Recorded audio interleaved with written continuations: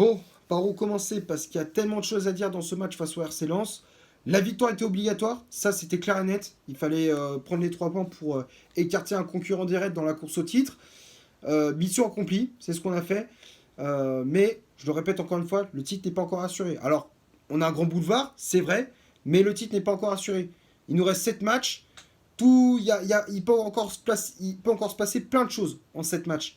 Il peut se passer encore plein de choses en 7 matchs, même si on a, entre guillemets, un calendrier plus facile, plus simple par rapport à nos concurrents directs, nos adversaires. Mais méfiance. Méfiance, parce qu'on peut avoir encore des surprises. On va parler du match face au Lensois après le générique.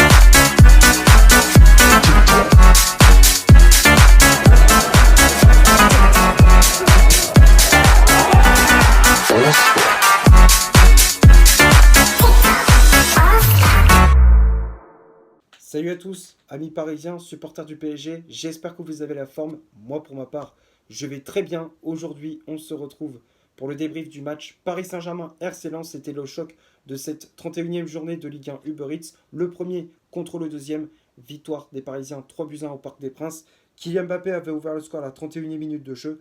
À la 37e, Vitinha fait le break. 40e minute, Léo Messi porte le score à 3-0.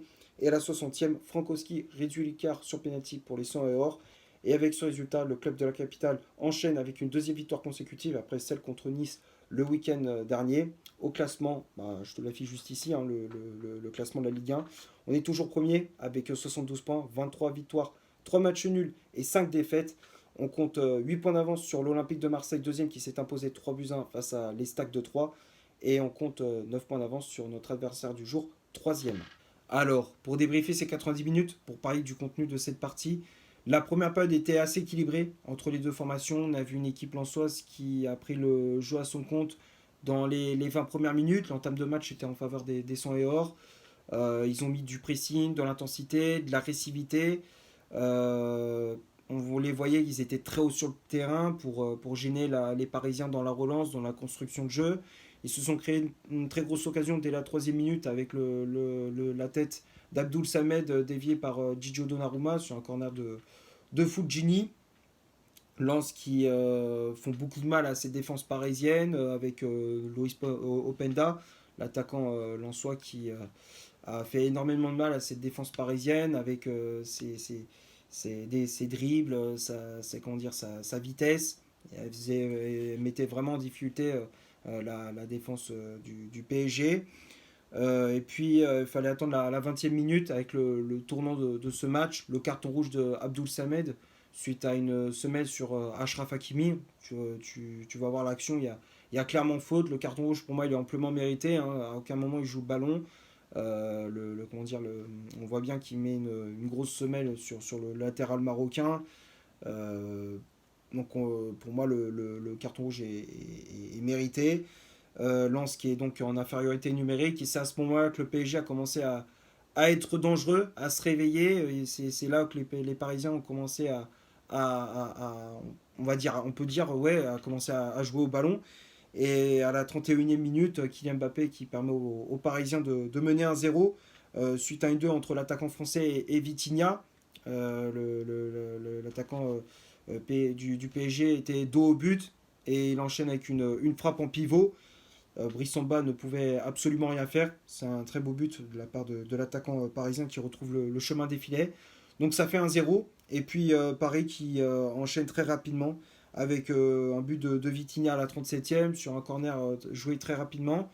Vitinha qui reçoit le ballon à l'entrée de la surface et il enchaîne avec une frappe assez flottante, on peut dire. Elle flotte un petit peu et après elle retombe dans le but de Brice Samba, gardien lensois qui est une nouvelle fois battu. Ça fait 2-0 et puis très rapidement 3-0 avec Léo Messi à la 40e avec un 2 entre l'Argentin et Kylian Mbappé. Mbappé qui fait une talonnade pour Messi, qui accélère et qui enchaîne avec une frappe croisée. 3-0, c'est le score à la mi-temps. Moi, personnellement, je me disais, là, Paris, ils ont plié le match et puis je pense qu'ils vont continuer à accélérer pour faire encore plus de mal à cette équipe lensoise. Mais pas du tout. Pas du tout. J'ai pas du tout vu cette mentalité, ce genre de choses en deuxième période. Lens qui a repris le jeu à son compte. Faut reconnaître que même réduit à 10, ils ont montré de quoi ils étaient capables. Ils ont continué à jouer au ballon. Ils se sont pas recroquevillés devant leur but, hein, à mettre le bus et puis à attendre que Paris fasse le jeu. Enfin, tu vois, c'était pas du tout le cas. Ils ont continué à jouer au ballon, à se créer des occasions. Pour moi, ils ont été plus dangereux que les Parisiens dans cette deuxième période. Avec Loïs Openda, Frankowski, ils étaient vraiment dangereux. Et il fallait attendre la 60e minute avec le but lensois, avec le penalty de Frankowski, suite à une main de Fabien Ruiz sur un corner lensois. Moi, je ne comprends pas. La main de Fabien Ruiz, elle est complètement stupide. Je vois pas l'intérêt de faire cette main-là. Je vois pas pourquoi il fait une tête et puis il met sa main comme ça. Je comprends pas. Franchement, j'ai du mal à comprendre le geste du milieu espagnol. Et donc, penalty transformé par Frankowski. 3 buts à 1. Lens qui essaye malgré tout de refaire, on va dire, entre guillemets, une remontada. Mais ce n'est pas suffisant, hein, vite rattrapé par leur infériorité numérique. Paris qui essaye de mettre un quatrième but avec Hakimi, Achraf Hakimi et puis Mbappé, mais Brice Samba reste vigilant. Et puis après, bon, bah, il n'y avait plus d'autres buts. 3 buts à 1, on en restera là. Paris qui prend les 3 points et qui écarte, comme je disais, un concurrent direct dans la course au titre. Maintenant, on va passer à la composition d'équipe que Christophe Galtier a mis en place pour ce match. Le 11 de départ, je te l'affiche juste ici. Donc c'était un 3-5-2 avec Donnarumma dans les cages. La défense à 3, on avait Marquinhos à droite avec le brassard de capitaine, Sergio Ramos dans l'axe, Danilo Pereira à gauche, Vitinha et Fabien Ruiz au milieu de terrain, Carlos Soler en numéro 10, les pistons Achraf Hakimi à droite, Nuno Mendes à gauche, et le duo d'attaque c'était Léo Messi et associé à Kylian Mbappé. Et les changements effectués par l'entraîneur parisien avec l'entrée en jeu de Juan Bernat à la place de Nuno Mendes au poste de latéral gauche et l'entrée en jeu du jeune Warren Zaïre-Emery à la place de Marquinhos. Bon, la composition d'équipe, il y avait Galtier qui a fait, on va dire, avec les moyens du bord parce qu'il y avait pas mal de blessés. Il y avait, bien évidemment, on sait qu'il n'y avait pas Presnel Kimpembe qui est forfait jusqu'à la fin de la saison, tout comme Neymar, Mukile également, Renato Sanchez aussi qui est forfait jusqu'à la fin de la saison. Donc on a 4 joueurs qui sont out jusqu'à la fin de saison. On n'avait pas encore une fois Marco Verratti, hein, encore une fois blessé. Donc on a fait avec les moyens du bord. On a encore mis Carlos Soler à ce poste de numéro 10, Vitinha et Fabien Ruiz au milieu de terrain. Mais après, bon, le reste, c'est comme d'habitude. Hakimi à droite, Mendes à gauche. La défense à 3 c'est toujours la même chose. Et du haut d'attaque, toujours la même chose aussi. Messi et Mbappé, qui ont, dans l'ensemble ont fait un bon match, hein. Donc voilà, c'est du classique, hein, la compo dans l'ensemble. On va parler des statistiques de cette rencontre. On va commencer par le PSG. 62% de possession balle, 3 corners, 9 tirs au total, dont 7 tirs cadrés. Un hors-jeu signalé du côté des Lensois. 38% de possession balle, 10 corners, 10 tirs au total, dont 7 tirs cadrés. Un hors-jeu signalé. Donc quand on regarde les chiffres, c'est assez équilibré. Même si la possession balle était clairement en faveur des Parisiens, forcément non, c'était en infériorité numérique. Mais on va dire en termes d'occasion, c'était plus les Lensois. C'était assez équilibré, mais les Lensois, ils ont été plus dangereux, surtout sur coup de pied arrêté. C'est là où ils étaient assez dangereux.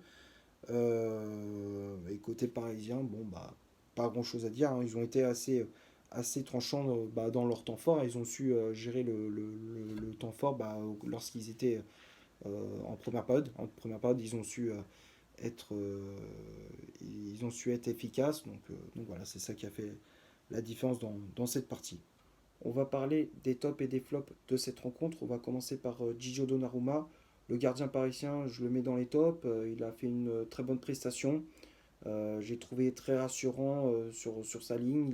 Il a dégagé une sérénité pour ses défenseurs. On peut lui attribuer le nom de dernier rempart. Il a été très efficace face à Loïs Openda, l'attaquant lensois. Pour moi, il a fait une très bonne prestation. Donc, comme je le disais, Jude Donnarumma, je le mets dans les tops. La défense à 3, Marquinhos, Ramos et Danilo Pereira. Danilo, je le mets dans les tops. Pour moi, il a fait une très bonne prestation. Il a été rassurant. Il a mis de l'agressivité, de l'impact physique. Les relances, elles étaient propres. Bon match de Danilo, même si le début du match était un peu compliqué. Il a failli mettre un but contre son camp au bout de 10 minutes. Mais après, au fur et à mesure de la rencontre, il est monté en puissance. Bon match du joueur portugais. Donc, je le mets dans mes tops. Ramos, par contre, je le mets dans les flops. Sergio Ramos, pour moi, qui n'a pas fait un bon match. Il était souvent en difficulté, souvent en retard. Euh, il avait du mal justement à s'imposer face à Loïs Openda. Pour moi, il était pas dedans. Enfin, vous voyez qu'il était vraiment en difficulté. Il n'y arrivait pas à contrôler l'attaquant lensois. Vu qu'il était rapide, tu vois que Ramos, bah, c'était compliqué. C'était compliqué pour lui. Il était souvent en difficulté. Donc, je le mets dans mes flops. Marquinhos, je le mets dans mes flops également. Pour moi, il n'a pas fait un bon match. Il était souvent pris de vitesse, pas vraiment serein dans ses interventions. Ouais, la prestation de Marquinhos laisse vraiment à désirer. Donc, comme je disais, je le mets dans les flops. Le milieu de terrain, Vitinha, Fabian Ruiz, j'ai préféré la prestation de Vitinha à celle de Fabian Ruiz. Vitinha, je le mets dans les tops. Il était souvent vers l'avant. Enfin, il se projetait souvent pas mal de fois vers l'avant. Il a mis de la vitesse. Balle au pied, c'était assez intéressant. Il a été passeur décisif sur le premier but d'Mbappé. Il a été buteur. Bon match de Vitinha, je le mets dans les tops. Fabien Ruiz, je le mets dans les flops. Il n'a pas été bon du tout. Fabien Ruiz pour moi, été totalement à côté de ses pompes. Il commet une faute qui est complètement stupide en deuxième période. Dans l'intensité et pas, les passes, elles n'étaient pas terribles. Pas un bon match de la part de Fabien Ruiz, donc je le mets dans les flops. Carlos Soler, il a été encore une fois fantomatique, hein. Ça devient banal maintenant de dire que Soler c'est un flop. Les pistons, Hakimi et Mendes. Hakimi, je ne l'ai pas trouvé exceptionnel. J'ai trouvé qu'en première période, il était souvent à l'arrière. Alors après, c'est peut-être le fait qu'on soit passé dans un 4-3-3 parce qu'au fur et à mesure de la rencontre, on est basculé plus dans un 4-3-3 avec Danilo en 6 et une défense à 4, Hakimi, Marquinhos, Ramos, Mendes. Donc peut-être c'est le fait que Galtier a dit à Hakimi de rester un peu plus bas sur le terrain au niveau de ses défenseurs. Mais je m'attendais à un Hakimi plus haut et dès qu'il avait le ballon, qui prenait plus d'initiative, qui se projetait vers l'avant. Enfin, j'ai pas vu, je m'attendais à mieux de la part d'Hakimi. Donc Hakimi, je le mets dans les flops, je m'attendais à mieux de sa part. J'ai préféré la prestation de Mendes qui a été meilleure, hein. J'ai trouvé qu'il apportait beaucoup de vitesse, de percussion. Et on voit qu'il est vraiment régulier dans ce qu'il fait. Bon match de Mendes. Ses centres, ils ont toujours été précis. Euh, bon match de la part du latéral portugais. Donc, je le mets dans les tops. Et puis, Messi et Mbappé. Mbappé qui a été très bon, qui retrouve le chemin des filets. Ça fait plaisir. Même si on l'a critiqué à juste titre, hein, parce que tu voyais que ses dernières performances, elles n'étaient pas terribles. Mais là, il a été très bon, il a été buteur, passeur décisif sur le but de Messi. Donc je mets dans les tops, et puis Messi pareil. Messi c'est pareil, je le mets dans les tops, passeur décisif je crois que c'était lui qui était à l'origine du corner sur le but de Vitinha. Il a été buteur aussi. Bon match de la part de Messi, donc je mets dans les tops. Et puis les remplaçants, Bernat et Zaire Emery, les deux, je les mets dans les tops. Bernat qui a fait une entrée en jeu assez correcte. Bon, il n'a pas été exceptionnel, mais bon, ça va. Et puis Zaire Emery, on l'a pas trop vu, mais bon, il a fait le taf au milieu de terrain, il est rentré, il a été un petit peu discret, mais bon, ça a été. Voilà, je pense avoir fait à peu près le tour pour ce PSG Lance. J'espère que la vidéo vous aura plu. Si c'est le cas, vous laissez un énorme like. Tu t'abonnes, tu n'hésites pas à me dire dans les commentaires ce que tu as pensé du match et de mon débrief. Et d'ici là, portez-vous bien. On se retrouve pour une prochaine vidéo. Ciao.